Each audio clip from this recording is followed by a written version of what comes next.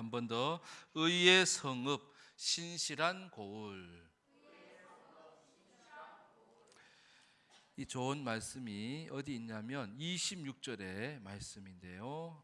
26절 또 21절 볼 텐데 26절을 먼저 한번 읽어봅니다. 시작. 내가 내 재판관들을 처음과 같이 내 모사들을 본래와 같이 회복할 것이라. 그리한 후에야 내가 의의 성읍이라 신실한 고을이라 불리리라 하셨나니. 자, 의의 성읍 신실한 고을 거기 있죠. 그러니까 의의 성읍 신실한 고을은 판단을 잘하고 또 재판을 잘하고 또 그렇게 하면서 처음과 같이 본래와 같이 회복될 때에 그 성읍이 의의 성읍이 되고 신실한 성읍이 되어진다. 신실한이라는 말이 페이스풀리스 해가지고 충성되다, 충성되다, 충성된 고을이 되고 하나님께 충성하는 고을이 되고 또 하나님께서 신실하게 그렇게 일하시고 역사하시는 그런 고을이 된다는 거예요. 이거를 우리가 소망해야 될 줄 믿습니다. 근데 지금 예루살렘, 유다 하나님의 택한 백성들이 어떤 지경에 있는가? 21절에 있는 말씀을 보면 21절 같이 읽어봅니다. 시작. 신실하던 성읍이 어찌하여 창기가 되었는고 정의가 거기에 충만하였고 공의가 그 가운데에 거하였더니 이제는 살인자들 뿐이로다. 아멘. 유다 예루살렘 성이 신실하고 신실한 성읍이었고 신실한 고을이었고 의의 성읍이었는데 어째서 이렇게 됐는가? 지금 예루살렘이 그러한 상황에 있는데 창기가 되었다. 이게 보면 하나님만을 사랑하지 않고 다른 것을 사랑하고 더 사랑하는 사람들이 많은 거죠. 그래서 창기라고 표현했어요. 그러니까 예루살렘에 창기가 많다. 그리고 21절에 살인자들 뿐이다 라고 말씀해요. 그래서 공의와 정의를 없애고 또 공의와 정의를 무시하고 하는 그런 자들, 그래서 힘 있는 사람들이 힘 없는 사람들을 죽이고 또 약탈하고 빼앗으면서 살인자라는 사람들만 있는 성읍이 되어졌다. 그렇게 말씀하시는 거예요. 하나님이 원하시는 성읍은 어떤 성읍이? 의의 성읍, 신실한 고을, 그런 예루살렘을 만드시기를 원하시는 거예요. 그래서 하나님이 누구를 보내셨냐? 이사야 선지자를 보냈어요. 여러분, 의의 성읍, 신실한 그런 하나님이 늘 신실하게 일하시는 그런 고을이 되려면은 여러분, 사람이 그런 사람이 돼야 돼요. 사람이 어떤 사람이 되어야 될까? 오늘 이사야 1장 전체를 통하여서 의의 성읍, 신실한 고을은 어떤 사람들에 의해서 하나님이 만들어 가시는가, 세워 가시는가? 자, 그 첫 번째 말씀을 2절, 3절을 먼저 읽어봅시다. 2절, 3절 시작. 하늘이여 들으라, 땅이여 귀를 기울이라.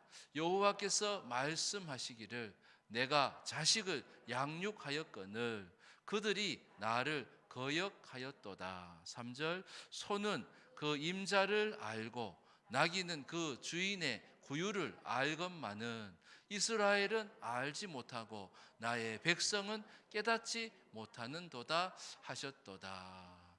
성읍과 고을과 나라는 백성들이 이루는 거예요.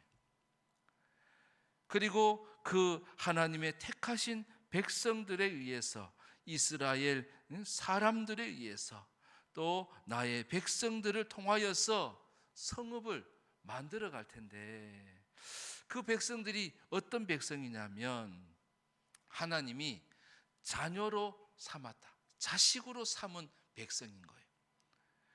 근데 2절에 보면 내가 자식을 양육하였거늘 그들이 나를 거역하였다라고 말씀해요. 그래서 예루살렘 성읍이 하나님이 택하신 백성을 하나님이 자식으로 삼았는데, 이 자식을 아버지가 잘 양육을 하는데, 이 양육한 이 자식이 아버지를 버리는 거예요. 아버지를 거역하는 거예요. 아버지의 뜻대로 살지 않는 거예요. 그때 어떤 성읍이 된 거예요? 창기와 살인자의 성읍이 된 거예요. 성읍이 고을이 되어졌다는 거예요. 그래서 이것을 통하여서 하나님 오늘 우리에게 너희는 어떤 사람이 되라고 말씀하시는가 따라 봅시다. 하나님이 주인이심을 아는 사람들. 한 번 더. 하나님이 주인이심을 아는 사람들. 아버지 되신 하나님이 백성들을, 사람들을 자녀로 삼고 자식으로 삼아가지고 양육을 하는 거예요. 너무나 자식을 잘 알아가지고 자식이 필요할 때마다 그 자식을 위해서 지혜로운 말을 해주고, 해야 할 말을 가르쳐주고, 또 해야 할 생각을 심어주고, 그렇게 아버지가 하지 않았겠냐 말이에요. 그래서 하나님 아버지께서 기르는 백성들, 자녀들은 아주 잘 자라는 거예요. 이 양육이라고 하는 단어가 나온 이 양육은 그냥 키만 쑥쑥 자라는 게 아니에요. 멋지게 자라는 거예요. 잘 자라는 것을 의미해요. 하나님이 길리워준 자녀니까 그렇지 않은 사람과 비교해 보면 어떡하겠어요? 확연하게 차이가 나게 하시죠. 그래서 하나님은 기르시되 어떻게 기르시냐면 잘 기르시고 책임 있게 길러주시고 멋지게 길러주시는 하나님이신 줄 믿습니다. 수능이 끝났는데 끝나가지고 여러분 자녀들한테도 마찬가지예요. 제가 그랬죠. 수능은 많은 기회 중에 단 한 번의 기회일 뿐이다. 그게 끝장내는 게 아니에요. 끝장나는 게 아니란 말이죠. 앞으로도 많은 기회들이 있으니까요. 그거 가지고 너무 난 인생 끝났다. 세상 말로 난 이제 끝장났다. 그죠? 그렇게 생각할 필요가 없어요. 너는 하나님의 자녀 아니냐? 하나님께서 너를 책임져 주실 것이다. 할렐루야. 그것이 뭐예요? 하나님께서 주시는, 부모에게 주시는 마음. 하나님은 자녀들에게 할 말도 가르쳐 주시는 거죠. 누가복음 12장 24절에 보면 까마귀를 보라 그러잖아요. 누가복음 12장 24절 한번 읽어볼까요? 시작. 까마귀를 생각하라. 심지도 아니하고 거두지도 아니하며 골방도 없고 창고도 없으되 하나님이 기르시나니 너희는 새보다 얼마나 더 귀하냐. 설명이 별로 필요 없죠. 너는 내가 독생자 외아들 예수를 주고 아들을 주고 산 사람이고, 그리고 너에게 믿음을 줘서 너는 내 자녀가 됐는데 네가 까마귀와 어떻게 비교하겠냐고. 까마귀는 심지도 아니하고 거두지도 아니하고 골방도 없고 창고도 없어요. 근데도 하나님이 길러주시거늘 하물며 자녀를 하나님께서는 반드시 책임져 주신다는 거예요.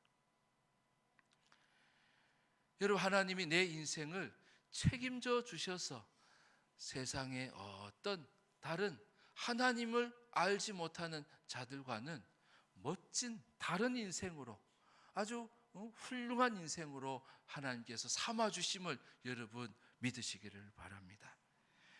그래서 하나님의 말씀을 잘 들어야 돼요. 하나님 아버지의 말씀을 잘 들어야 돼요. 저희가 어머니가 간혹 그런 얘기를 하신 것이 기억이 나더라고요. 내 말만 들었어도 어머니가 그런 말씀 자주 하셨어요. 내 말만 들었어도. 또 아버지한테도 간혹 그런 말씀 하시더라고요. 아유, 그때 내 말만 들었어도. 그러니까 하나님이요, 하나님의 자녀들에게 뭘 주시냐면 분별력을 주셔요. 지혜를 주신다고요. 근데 하나님의 지혜를 구하지 않아요. 그냥 세상의 지혜를 가지고, 사람의 지혜를 가지고 그렇게 선택하니까 뭐예요? 열매가 없잖아요. 좋은 열매가 안 나타나잖아요. 그러니까 하나님은 자녀들에게 뭘 주시냐면 이 세상을 살아갈 수 있는 분별력을 주세요. 바른 판단을 할 수 있도록 지혜를 주시는 거예요. 근데 이스라엘 백성, 유다 예루살렘의 사람들은 그 주인을 알지 못할 정도로, 주인의 음성을 듣지 못할 정도로 귀가 어두워졌어요. 전에 그런 게임을 했던 게 생각이 나요. 같은 팀원 중에 한 사람한테 눈을 가려요. 또 다른 팀도 마찬가지예요. 한 사람한테 눈을 가리고 이 사람이 골이 날 곳으로 이끌어가는 거예요. 이끌어가는 거. 근데 우리 팀만 있으면 쉽게 이끌어가겠지만 상대편이 방해를 해요. 와가지고 오른쪽으로 가야 되는데 왼쪽으로 가라고 그러고, 그러면서 이쪽에 팀원들이 와가지고 우리 팀원 눈을 가린 사람을 엉뚱한 것으로 막 데려가려고 그러는 거예요. 여기 있는 사람도 마찬가지예요. 이쪽에 가가지고 왼쪽으로 가야 되는데 오른쪽으로 가라고 그러고, 앞으로 가야 되는데 뒤로 가라. 자꾸 그런 소리를, 엉뚱한 소리도 하는 거예요. 그러니까 이 눈을 가린 사람은 어떻게 해야 돼요? 내 팀원의 목소리를 기억하고 있어야 돼요. 누가 나를 바르게 인도하실 건가를 잘 알고 그 사람의 목소리를 저장을 해놔야 돼요. 이스라엘 백성들이 하나님의 음성을 잊어버렸어요. 나를 바르게 인도하고 나를 책임져 주실 분이 누구신가를 그들은 알지 못했어요. 그래서 3절에 뭐라는 거예요? 소는, 나귀는 하면서 소는 그 임자를 알지 못했다. 이스라엘 백성들을 소로, 나귀로 비유한 거죠. 소는 그 임자를 알지 못해요. 강아지도 보면 주인을 대번 알아보자.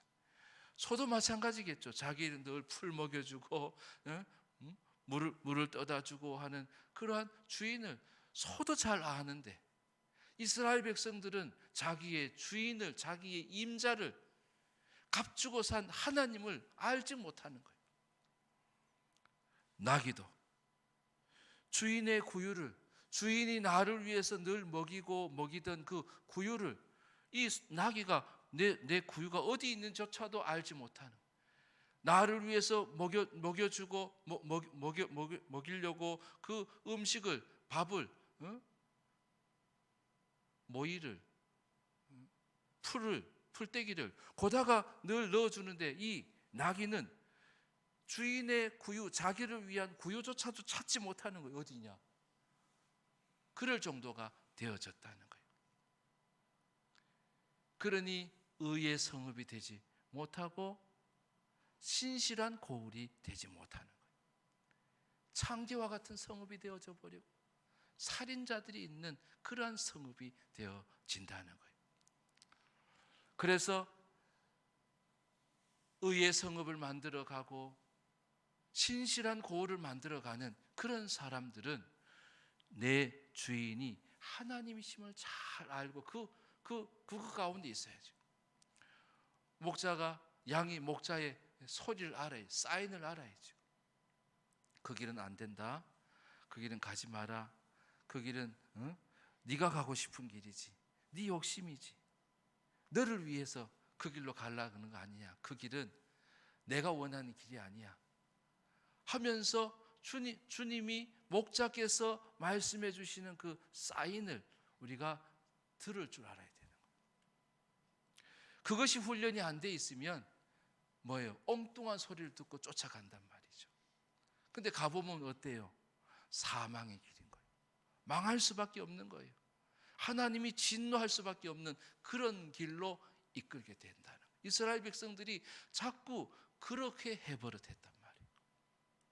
주인도 알지 못하고 임자도 알지 못하고 내 주인이 나를 위한 구유조차도 찾지 못하는 그런 지경에 이르렀다는 거예요. 그래서 하나님은 우리를 잘 양육해 주시니까 하나님께서 우리에게 때마다 시마다 말씀을 가르쳐 주신다고요. 지혜로운 말씀을 해주신다고. 여러분, 그것을 잘 듣는 여러분 되실 수 있기를 바랍니다. 그것을 듣고 주님의 양육을 잘 품에서 잘 자라는 그런 사람들에 의해서 멋진 성읍, 우리 지난주 말씀처럼 주 안에서 뿌리를 깊이 내리고 주 안에서 위로 쑥쑥쑥쑥 자라고 좋은 열매 30배, 60배, 100배의 감사의 그런 결실들이 나타나는 그림처럼 오늘도 성읍을 생각해봐요. 공동체를 생각해봐요. 우리 나라를, 우리 교회를, 또 여러분의 가정을 생각해봐요. 주님의 음성을 들어야 될 사람이, 들으려고 길을 세워야 될 사람이 들으려고 하지도 않고 듣지도 못하고, 그러면 그 가정이 잘 되겠어요? 그 가문이 잘 되겠어요? 공동체가 잘 되기를 바라고 의의 성읍이 되고 신실한 그런 고을이 되려고 하면 교회의 지체들이 한 사람 한 사람이 하나님을 주인으로 잘 알아버릇해야 된다는 거예요. 하나님의 음성을 잘 들어버릇해야 된다는 거예요. 그리고 하나님의 음성을 잘 들으려고 할 때에 하나님은 내 품의 자식이니까, 값주고 사신 자녀니까 하나님은 어떻게 해요? 그거를 잘 감당하여서 세상 사람들도 깜짝 놀랄 만큼 그런 일과 역사를 이루시는 하나님이시라는 거예요.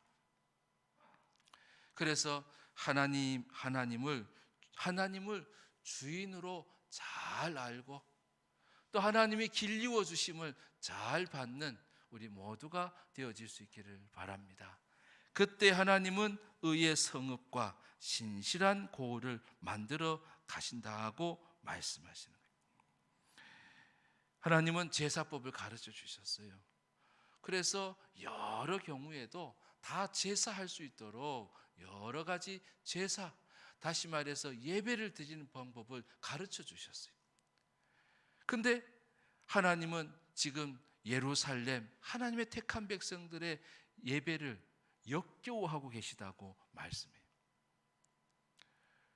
너희들이 와서 마당만 밟고 간다. 이 마당을 밟고 간다는 건 사뿐히 지려 밟고 왔다가 흔적 없이 가는 게 아니에요. 이 원어를 보면은 라마스 해가지고 찌 밟고 간다는 거예요. 그냥 고이 왔다 가는 게 아니고 찌 밟고 간다는 거예요. 그리고 그들이 드리는 모든 제물도 헛된 제물이라고 말씀하시고, 그리고 너희들이 지키는 절기조차도 내가 그냥 그 때를 따라서 내가 너무너무 몸살이 난다, 내가 견디기 힘들다, 내가 그냥 그것이 너무너무 짐스럽게 여겨진다 라고 하나님이 말씀하시는 거예요. 아니, 제사를 드리라 하셨고 함에도 불구하고 이스라엘 백성들이 제사를 드린다 하나님께 그 제사를 역겹다 하고 거부하시는 거예요. 그 이유가 뭐겠어요? 자, 거기를 한번 읽어봅니다. 16절, 17절에 있는 말씀이에요. 그래서 그들의 손에 피가 가득했는데, 이 살인자가 된 거죠. 피가 가득한 거예요. 왜 그들이 손에 피가 가득한 그런 자가 되었는가? 16절, 17절 시작. 너희는 스스로 씻으며 스스로 깨끗하게 하여 내 목전에서 너희 악한 행실을 버리며 행악을 그치고 선행을 배우며 정의를 구하며 학대받는 자를 도와주며 고아를 위하여 신원하며 과부를 위하여 변호하라 하셨느니라. 아멘. 그들이 예배하는 모습과 나가서 사는 모습이 달랐다는 거예요. 너희가 악한 행실을 했다고, 그리고 행악을 행했다고 말씀하시는 거예요. 선행을 배우려 하지도 않고 정의를 구현하려 하지도 않았고 학대받는 자를 도와주지도 않았고 고아와 가부의 그러한 고소를 들어주지도 않고 그리고 변호하지도 않았다라고 말씀하시는 거예요. 그런 모습으로 살아가던 너희들이 성전에 와서 예배를 드리니까 하나님께서 받아요, 못 받으셔요? 내가 역겹다고 말씀하시는 거예요.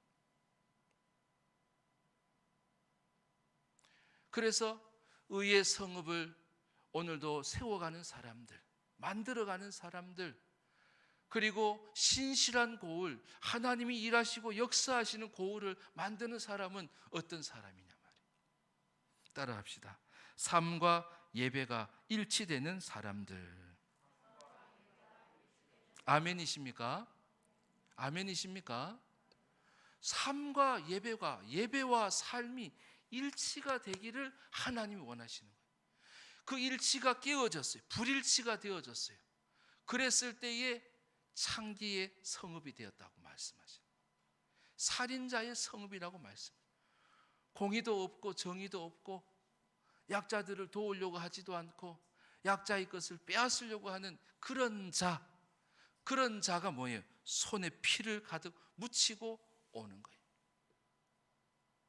그러니 하나님께서 내 마당을 더럽힌다고, 마당만 밟고 밟았다라고, 마당만 밟을 뿐이라고 12절에 말씀하시죠. 근데 어떻게 밟았다고요? 찌밟고 다니는 거예요. 찌밟고 다니는 거예요. 그러니 그 예배를 못 받으시는 거죠. 여기 보면은 전부 다 하나님께서 함께 하시는 일들이죠. 고아와 가부를 도와주려고 하고 그들의 어려움들을 들어주고 그들의 어려움들을 해결해 주려고 하는 것. 전에 그 노무현 대통령이 인권 변호사, 노동자들을 위한 인권 변호사 역할을 했잖아요. 그 노동자들이 월급도 못 받고 쥐꼬리만한 월급도 주내 만에 거르고 말이죠. 그런 어려움을 당한 노동자들을 위해서 누가 하려고 하겠어요? 잘 안 하죠. 대기업에 가가지고 막 큰 로펌에 가지고 이제 그런 일들을 해가지고 수입료를 많이 받으려고 하겠지. 어려움 당한 노동자가 뭐 줄 게 있겠어요? 수입료도 받으면 줄게 이런 거 아니겠어요? 못 받아도 어쩔 수 없고. 근데 이스라엘 백성들이 그런 자들을 다 무시하는 그러한 일들을 했다는 거예요. 뭐 하라는 거예요? 너희는 어려운 사람, 힘든 사람들을 도와주는 자가 되라는 거예요. 그것이 공이고 그것이 정의이니 그런 일들을 하라고. 이어령 교수님이 그 인터뷰를 한 것을 들어보니까 그런 말씀을 하셨더라고요. 자기의 인생은 실패한 인생이라고. 왜 그러십니까? 흙 속에 저 바람 속에 저도 그 책을 읽었는데 그 베스트셀러를 쓰시고 많은 청년들에게 많은 사람들에게 그렇게 도전을 주고 그랬는데요. 왜 실패한 인생을 하십니까? 왜 그러십니까? 그랬더니 자기는 자기와 함께하는 사람들이 없다는 생각이 들었대요. 자기 인생 중에 가족들도 마찬가지고 물론 좀 겸손해서 그런 말씀을 하실 수도 있겠지만 가족들도 그러고 보면 주위에 있는 사람들이 나와 함께 하려고 하는 그런 사람들이 별로 없다는 거예요. 그 다윗도 보면 왕이 될 때 어떤 사람들이 환난당한 사람들이 다윗에게 쫓아가는 거예요. 빚진 자들이 다윗에게 쫓아가는 거예요. 그리고 마음이 원통하고 원통한 일을 당한 사람들이 다윗에게 쫓아가는 거예요. 사무엘상 22장 2절에 보면 다 그에게로 모였고 그는 우두머리가 되었는데 그와 함께한 자가 400명 가량이었다라고 말씀합니다. 다윗은 그런 어려움 당한 사람들이 몰려오는 사람이었어요. 근데 이스라엘 백성들은 어떠했다는 거예요? 그들을 무시하고 그들을 함부로 하고, 하나님은 함께 하시는데 하나님은 거기에 함께 계시고 하나님은 거기에 동행하시고 거기에서 일하고 계시는데 그런 곳에는 안 보였다는 거예요. 그런 곳에는 이스라엘 백성들이 없었다는 거예요. 어떤 성읍이 되겠어요? 근데 하나님은 너희는 어떤 사람이 되라, 삶과 예배가 일치되는 그런 사람이 되라고 말씀하셔요. 그런 사람들이 어떤 걸 세워요? 어떤 성읍을 세워요? 의의 성읍을 세우는 거예요. 신실한 고을을 하나님께서 이루어 주신다고 약속하시는 거예요. 로마서 12장 1절에도 보면 그런 말씀이 있잖아요. 같이 한번 읽어봅니다. 시작. 그러므로 형제들아 내가 하나님의 모든 자비하심으로 너희를 권하노니 너희 몸을 하나님이 기뻐하시는 거룩한 산 제물로 드리라. 이는 너희가 드릴 영적 예배니라. 진짜 예물은 내 몸을 제물로 드리는 거예요. 내 몸을 하나님 나라를 위해서, 주의 몸된 교회를 위해서 몸을 드리는 거라는 거예요. 다른 말로 내 삶을 하나님께 온전히 드리라는 거예요. 그것이 진정한 예배다라고 말씀하시는 거예요. 그래서 하나님께서 우리에게 주신 복이 뭐냐면 삶이에요. 삶. 하나님 첫 번째 우리에게 주신 삶이 바로 축복이 바로 삶의 복이에요. 삶의 복. 근데 삶의 복을 누리지 못하고 삶 속에서 하나님을 드러내지 못하고, 야, 나는 당신이 안 봐도 당신은 교회 다니는 사람 같아. 삶을 보고서 사람들이 안 봐도 당신은 아마 권사쯤 될 것 같아. 이런 소리를 이스라엘 백성들은 듣지 못한 거예요. 그런데 하나님은 그런 자가 되라고 말씀하시는 거예요. 삶 속에서 예배자가 되라는 거예요. 삶이 하나님께 드리는 예배가 되게 하라는 거예요. 그럴 때에 하나님은 의의 성읍을, 신실한 고을을 하나님께서 만들어 주신다는 거예요. 또한 이스라엘 백성들은 신앙심이 좋았어요. 의지하는 바가 많았어요. 근데 문제가 있었어요. 그것은 하나님이 원하시는 신앙이 아니었어요. 하나님을 섬기는 신앙이 아니었어요. 엉뚱한 것을 섬기는 거죠. 자기가 섬기고 싶은 것을 섬기는 거예요. 그런 모습이 어디 나오냐면 29절 한번 읽어봅시다. 시작. 너희가 기뻐하던 상수리 나무로 말미암아 너희가 부끄러움을 당할 것이요 너희가 택한 동산으로 말미암아 수치를 당할 것이며. 그랬어요. 기뻐하던 상수리 나무. 상수리 나무는 어떤 곳이냐면 우리 그저 성황당이라 그러나요? 동네 사람들 모여서 막 뭐 제사 지내고 하는 그런 거, 비는 곳 이런 거. 근데 그런 데 보면 특징이 보면 큰 나무가 있어요. 큰 나무 밑에서 그런 막 귀신을 부르고 막 그런, 여러분 그런 귀신이 나를 잘 되게 해요? 하나님과 원수되고 대적된 그런 막인데 나를 멋진 인생이 되게 하시냐 말이에요. 점치러 다니고 점보고 점대로 막 살려고 하고, 그 한복 정태수 보세요. 정태수 회장 옛날 건물에 뭐 책상 하나 못 옮겼다 그러잖아요. 무당에 옮기지 말라 그래가지고 결국은 그 인생이 어떻게 돼요? 안 되는 거예요. 안 될 수밖에 없는 거예요. 이스라엘 백성들이 하나님께로 나아간 것이 아니라 그런 우상을 섬기는 상수리 나무 밑에, 그 동산 가운데 멋지게 자란 그 상수리 나무 밑에 가가지고 절을 하는 거예요. 그 속에서 쾌락을 얻는 거예요. 그 속에서 기쁨을 얻었던 거예요. 그래서 29절에 너희가 기뻐하던 상수리 나무로 말미암아 어떻게 돼요? 너희가 부끄러움을 당하게 된다고. 너희가 택한 그 동산으로 말미암아 뭘 당한다? 수치를 당하게 된다는 거예요.